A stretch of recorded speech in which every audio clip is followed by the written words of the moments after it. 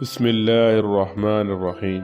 السلام علیکم۔ بندہ ناچیز آج ایک نئی ویڈیو کے ساتھ حاضر ہے۔ ناظرین کرام، آج کی ویڈیو میں ہم بات کرنے والے ہیں مونگ پھلی کے بارے میں کہ مونگ پھلی کھانا کیسا ہے، مونگ پھلی کھانا کب زہر بن جاتا ہے اور اس کے کھانے کے بعد ایک غلطی آپ کی جان بھی لے سکتی ہے۔ ناظرین کرام، موسم سرما کا آغاز ہوتے ہی مونگ پھلی بازاروں میں سرعام بکتی نظر آتی ہے اور بہت سارے لوگ مونگ پھلی کے بہت شوقین ہوتے ہیں۔ تو آج کی ہماری یہ ویڈیو ان شوقین حضرات کے لیے بہت اہم ہونے والی ہے، تو ویڈیو کو آخر تک ضرور دیکھیے گا، اور اگر چینل کو ابھی تک سبسکرائب نہیں کیا تو ابھی سبسکرائب کر لیں اور ساتھ میں گھنٹی کے نشان کو لازمی پریس کریں تاکہ ہماری ہر روز نئی ویڈیو آپ تک بر وقت پہنچ سکے۔ ناظرین کرام، پاکستان سمیت تمام ایشیائی ممالک میں موسم سرما کا آغاز ہو چکا ہے۔ سردیوں کے موسم میں لوگ جہاں گرم کپڑوں وغیرہ کا استعمال کرتے ہیں، وہاں خشک میوہ جات کا استعمال بھی بڑھ جاتا ہے تاکہ سردی کی شدت سے بچا جا سکے۔ ناظرین کرام، ان خشک میوہ جات میں ایک میوہ مونگ پھلی بھی ہے۔ اس کے کیا فائدے ہیں آج ہم آپ کو بتاتے ہیں۔ ناظرین کرام، سردیوں میں مونگ پھلی سب سے زیادہ کھایا جانے والا میوہ ہے۔ اسے ہر کوئی بہت شوق سے کھاتا ہے، بچے ہوں یا بڑے،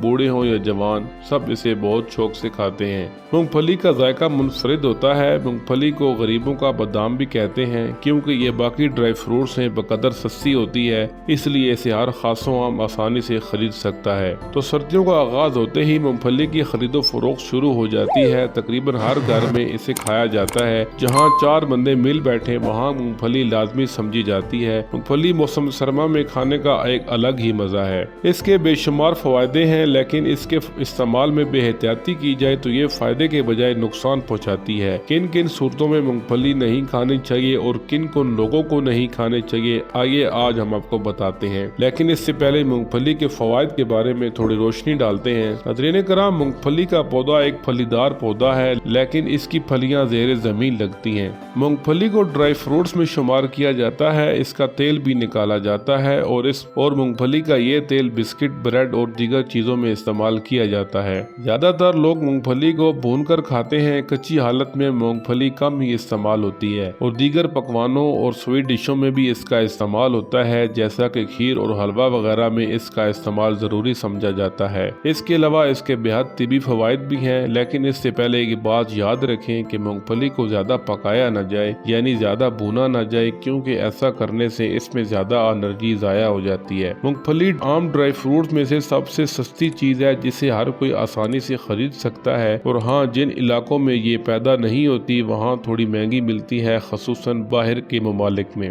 ناظرین کرام، مونگ پھلی غذائیت سے بھرپور میوہ ہے۔ مونگ پھلی وٹامن اے، وٹامن ڈی سے بھرپور ہوتی ہے۔ وٹامن اے کینسر جیسی خطرناک بیماری سے لڑنے میں مدد فراہم کرتا ہے، اور وٹامن ڈی ہماری ہڈیوں اور دانتوں کو طاقت دیتا ہے، ہمارے جوڑوں کو مضبوطی دیتا ہے۔ مونگ پھلی میں اینٹی آکسیڈنٹ خصوصیت پائی جاتی ہے۔ اس میں فولاد بھی پایا جاتا ہے جو ہمارے خون میں اضافہ کرتا ہے۔ مونگ پھلی میں پروٹین اور منرل بھی پائے جاتے ہیں۔ مونگ پھلی بلڈ پریشر اور کولیسٹرول کو بھی کم کرتی ہے۔ ناظرین کرام، ماہرین طب کا کہنا ہے کہ مونگ پھلی اخروٹ کی چھوٹی بہن ہے۔ جو لوگ مہنگا اخروٹ نہیں خرید سکتے وہ مونگ پھلی خرید کر اخروٹ والے فائدے اٹھا سکتے ہیں۔ طبی لحاظ سے مونگ پھلی بہت سے فوائد کی حامل ہے، جن میں protein, calcium, vitamin A, vitamin B1، vitamin B6 اور فاسفورس شامل ہیں۔ مونگ پھلی کمزور افراد کے لیے ایک نعمت سے کم نہیں۔ مونگ پھلی کے استعمال سے انسولین کنٹرول میں رہتی ہے۔ مونگ پھلی کینسر اور BP جیسی خطرناک بیماریوں سے بچاتی ہے۔ مونگ پھلی ہمیشہ کچی کے بجائے بھون کر کھانی چاہیے۔